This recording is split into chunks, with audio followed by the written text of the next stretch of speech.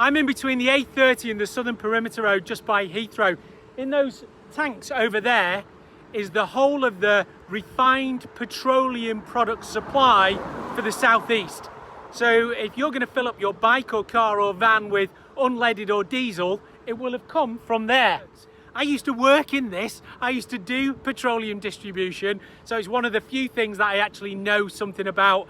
Let me share with you what I know and you can see what's gone wrong. Okay, so let's start at the beginning.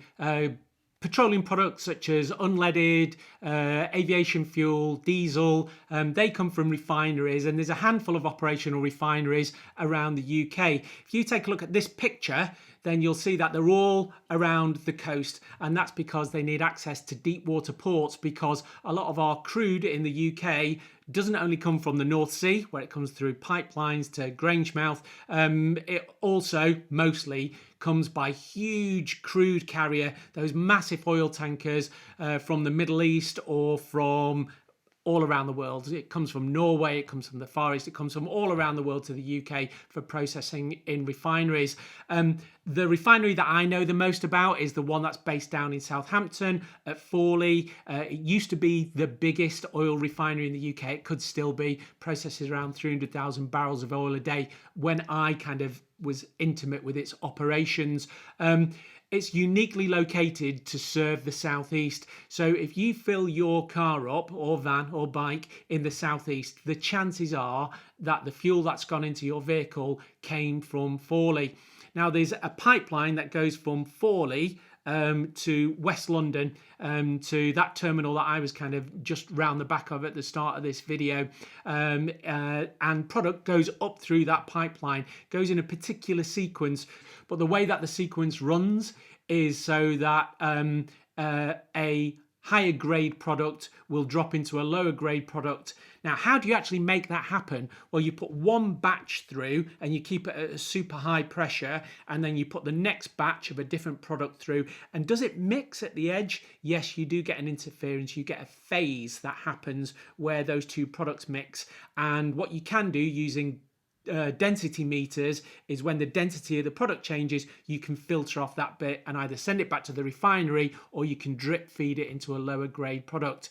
So you've refined your product, you've put it in the pipe, and the pipe has taken the product up to a terminal such as West London Terminal, which is the one that I was looking at before. So just quickly, if you've ever been out on your bike or your motorbike or car and seen a post like this by the side of the road, that denotes that underneath where you are is the main Esso pipeline that goes up from Fawley. I think it must go through Hampshire, might scoot through the corner of Sussex into Surrey and then Middlesex, and to get up to West London, the pipeline goes through there. Product kind of moves from Fawley up to West London at walking pace, so it's a fairly slow process, but it does mean that it's super, super efficient and incredibly safe. So now if we take a look at what's going on at a distribution terminal, and I've just picked this picture up of West London Oil Terminal, West London Distribution Terminal off Google. It's south of Heathrow, so it's pretty easy to find. It's by the southern perimeter fence. So as you can see, if we zoom in on it, then we've got those product tanks, those huge product tanks that hold millions of litres of product. And then next to it, you've got the parking for the road tankers, and then you've got the gantry systems. So within each of those tanks, there'll be product incoming off the pipeline. So you'll have aviation fuel. I think there's two types of aviation fuel. You'll have unleaded, you'll have super unleaded, you'll have diesel. And then I think there might be different grades of like heating fuel and things like that. But it's all refined product and it's all fuels as well. So it's specifically, there's no oil, like lubricating oil goes through that pipeline. That's a different process. So those fuel products sit in those big distribution tanks. And at the moment, I would expect those tanks are pretty brim full. So there's been no problems with that side of the supply chain. So there's no shortage of crude. There's no shortage of refined product. What you've got is a lot of product at the distribution terminals that needs to get out to the service stations. So let's take a look at that process. So if you have a look in close up now, you can see the tankers that are parked to the east, and the gantry is where the product is loaded up into road tankers. Now, interestingly, out on the west-hand side, that little spot to the west of the gantry is where there's a diesel pump that the tankers fill up with, because it obviously makes sense that you fill your tanker when you first arrive on shift. If you're a driver, that would be the first thing that you would do to make sure that you don't run out of fuel. Okay, let's take a look at one of those gantry systems.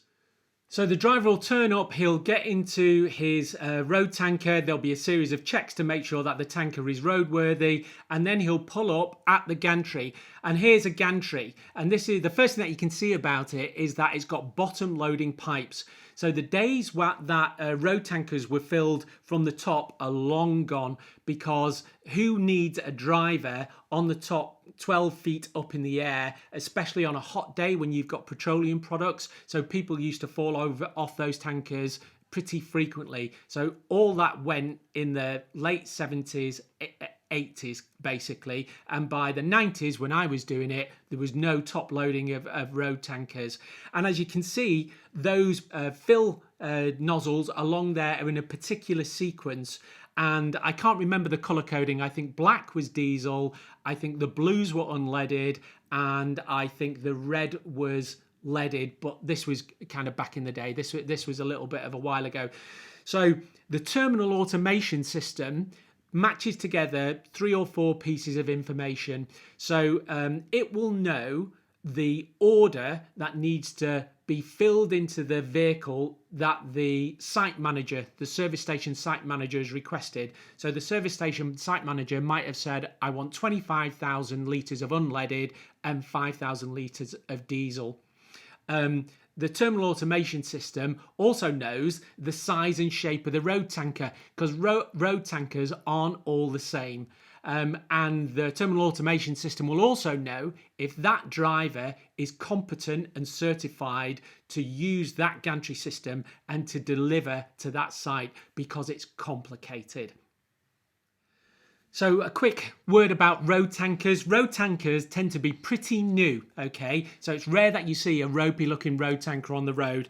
And at the back of them, they're split into compartments. Normally there's 5 or 6 compartments, and each one of these will hold somewhere around 4,000 to I think 7,000 litres. When I was doing this, these were single shell aluminium framed.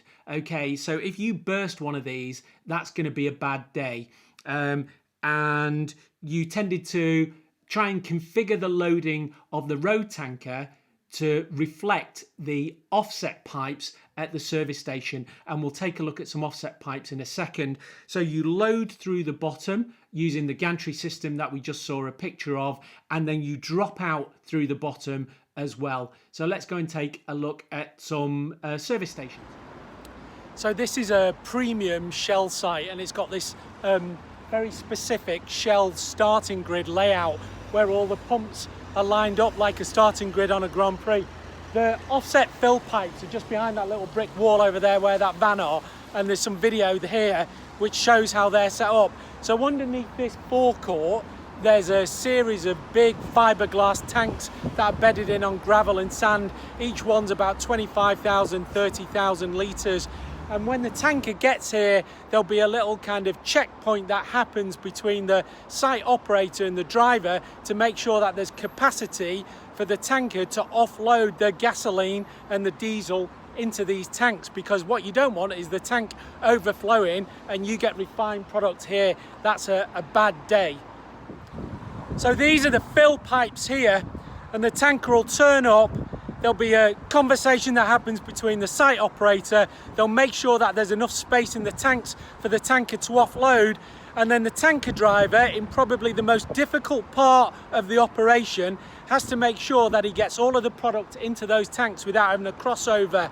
And remember, this is flammable product, so you don't want gasoline flooding out over this. That'd be an incredibly bad day. And that's why you can't just have anybody delivering refined gasoline products. This isn't something that you want the army doing. This isn't something that you want just a brand new HGV driver doing. So the driver will turn up, that process probably takes about 20 minutes, half an hour. And often you hear the chassis and the tyres squeal and moan as it all offloads. So unlike that Shell garage that we just looked at, this Esso garage in the A25 in Gomshall, much older setup. At some point this would have been an old blacksmith's.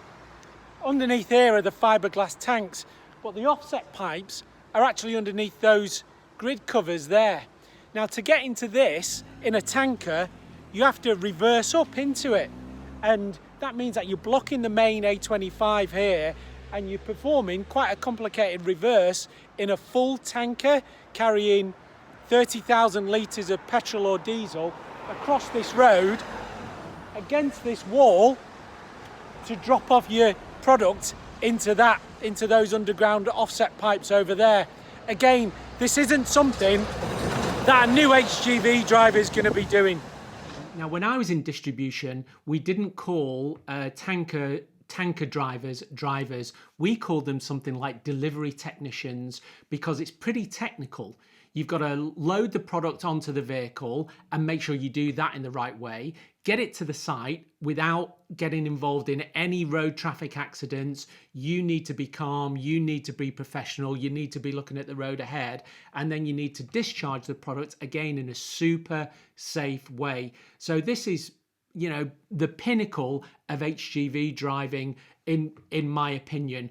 And you've got to think that you're at the front of a vehicle that's carrying 40,000 litres of explosive product. So you need to be fairly sensible. You need to be an experienced HGV driver. It's not something that you're going to be doing the week after you've just passed your test. And the sweet spot is probably people that are in their 30s, 40s and early 50s. Because again, you don't want to be doing this when you are in your late 50s and potentially you could be having a heart attack or a stroke when you're driving. And yes, it did happen. So that's where you're going now. When these used to be oil company jobs and you used to be an Esso driver or a Shell driver, you used to get all the perks. So it was a final salary pension. It was a prestigious job. Now, I think most of it has changed since I was involved in it. And now it's all done by contractors. And you'll see just white label tankers turn up. Very few of them actually are branded anymore. There's a number of contractors that do these deliveries. And I think that what's happened is because of Brexit, drivers have said, do you know what? I don't fancy doing this anymore. It doesn't come with the big salary that it used to have. And I would have thought that they're probably up against it to do more deliveries in a finite 8-hour driving window. And I think you can do a couple of days where you can do overtime. And of course, all that you've got to do is put the squeeze on those drivers. And all that you need is a few hundred drivers, probably not even all that many, to say, thanks, I'm done here. And all of a sudden you've got a squeeze on that very tight, very scarce resource. So I think that's what's happened, is that Brexit has meant that a few of those drivers, it doesn't need to be that many really, have said, right, I'm done here, I'm going home, I've done my time. They've all gone home. All of a sudden the contractors are squeezed for resource, and this isn't something that's going to be fixed by relaxing HGV regulations. If anything, that's probably going to make it worse. You want to keep this incredibly safe. This idea about bringing the army in to deliver stuff, this isn't stuff that the army can deliver. What the army can do is deliver single loads of aviation fuel to regional airports, or single loads in Bowsers. We call these Bowsers, these big one-pot tankers of diesel to industrial and wholesale users, you know, dropping off a big 30,000 litre delivery of diesel to a DPD depot or to a Hermes depot. Yeah, the army could do that. But if you're an oil company, the idea of an army tanker turning up at your site would fill you with dread. That is a marketing disaster. So I think what's gone on there, how do you fix it? The obvious way is that you let back in those skilled tanker drivers that we forced them back out. But I expect most of them are thinking, no bloody way, mate. There's no way that I'm coming back to the UK in the way that we've treated them over the past 6 months and 12 months. That's my two penneth worth on that whole thing. I am definitely not a fan of Brexit. Okay, let's wrap this one up. So as you can see, it's complicated. It takes a lot of time, effort and money to get refined petroleum products from the refineries, you know, specifically in the southeast, Forley down at Southampton, up through that pipeline, over to West London, and then from there in road tankers out to service stations, petrol stations all over the southeast. It's complicated, isn't it? And I feel for every one of you.